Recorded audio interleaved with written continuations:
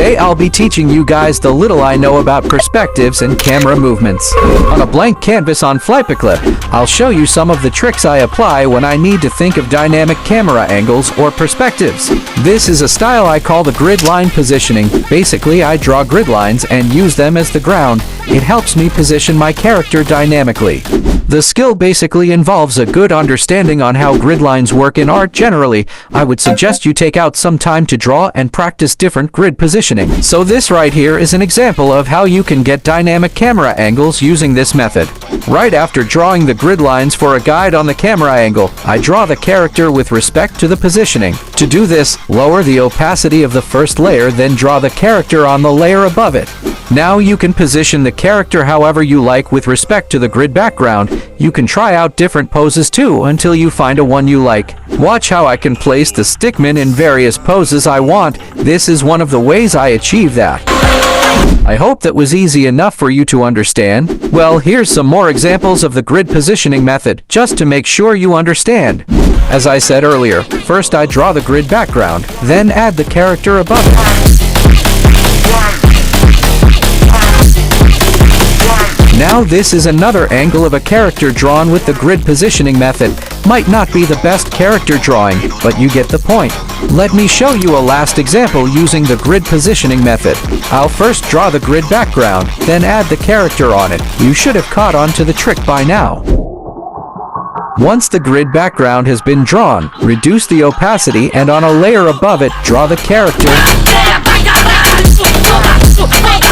And that's essentially how I draw my dynamic camera angles of perspectives. I hope you learned something new. Now let's go to how I animate camera movement. Camera movements are quite easy. All you've got to do is to draw out to points, point A and B. For example, if you want the camera to move from this angle to another angle, draw out both angles into frames, then animate the camera moving from one angle to another frame by frame. Here's an example on that. I'll first draw the point of where the camera is initially showing, then on the next frame draw the position I want the camera to move to.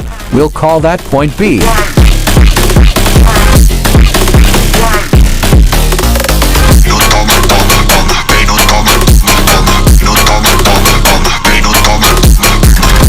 Now after drawing the point A and B, I'll imagine the camera moving from A to B. With this visualization in my head, I draw out the character, object, or background in each stage going from A to B, just like I'm doing now.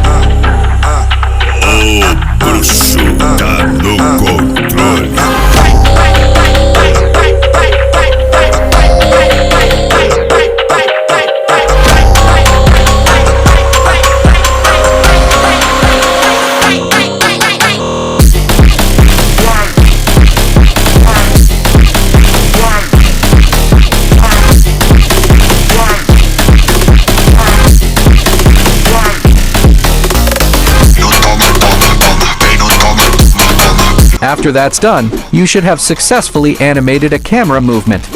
I'll just add a line background here to show more depth on how the camera moves from point A to B.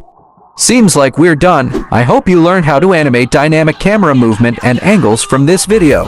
For a quick recap, if you want to get dynamic angles or perspectives in your animations, try out the grid position method, and if you want to animate good camera movements, use the point A and B method. See you in the next video.